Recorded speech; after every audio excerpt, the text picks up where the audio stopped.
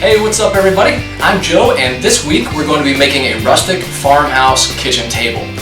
Now this is one of my favorite projects because I just think it's really cool to eat meals every day with your family off of a kitchen table that you made with your own two hands.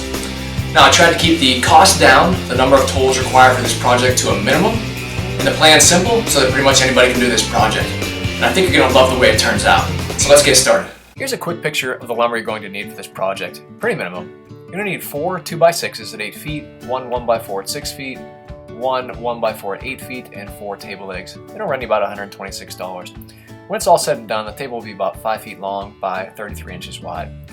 So take that first measurement for the internal boards of about 47 to 15/16 inches long, strike that on your board, and go ahead and cut these off. You're going to have 6 of these when it's all said and done, and these are the main boards for your table. Now lay them all out and determine the grain pattern you like and set them in that order. It's also a good idea to go ahead and number these so you know which one goes where and which side is up and which side is down. Then you need to drill pocket holes. Now this is a Kreg jig and it's a really useful tool. It comes with its own separate bit and it drills perfect pocket holes for screwing furniture together, and they work really well. You can get clamps for these, but I'm too cheap, so I just bought it and held it with my hand, and that's the pocket hole right there. Really nice and clean. Now you want to do these pocket holes in opposite directions so the screws will be pulling against each other and it'll hold the table together really well.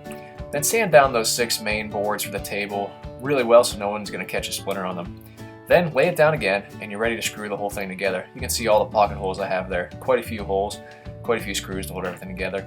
Then you need to drill pocket holes onto the ends to hold on the breadboard as well. Could have done this earlier, but I forgot to do it, so I'm doing it now. And put 2 holes in the ends of each one of those main boards.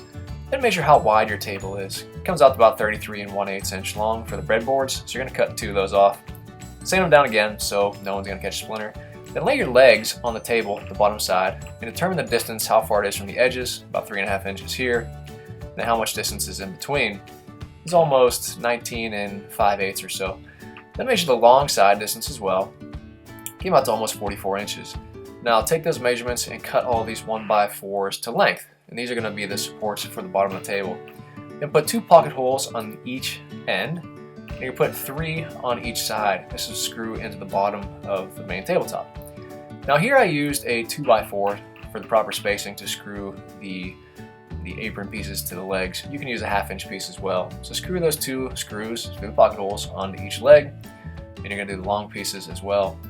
Then throw it back onto your table and determine the midpoint and measure the distance. Use that extra piece of 1x4 to create a brace. And there's what the final underside of the table is going to look like. And here's what it looks like when you throw the top on. It's not secure at this point. I just threw it up there to give it a good sanding. Sand everything down, round all the edges so no one's going to catch any type of splinter. I went ahead and painted the bottom white. You can't really tell from this picture though. And then I stained the whole thing with a dark walnut Minwax color of a stain. Then you're going to put a water-based polyurethane coat over the entire thing. You want to do 3 coats, and in between coats give it a light sanding with 150 grit sandpaper, sweep it up, and then do another coat. Then you're ready to just throw it on the bottom side of the table and screw the bottom to the top. Pretty easy. And then here's your finished product. There's a nice contrast, the bottom's white, the top's nice and dark. Remember, you can always subscribe to our videos if you want to see these videos moving forward. I hope this video helped out. You can always give it a thumbs up if you like it. And I really hope you go ahead and make this kitchen table for your own family because it really does look awesome. So thanks for tuning in this time.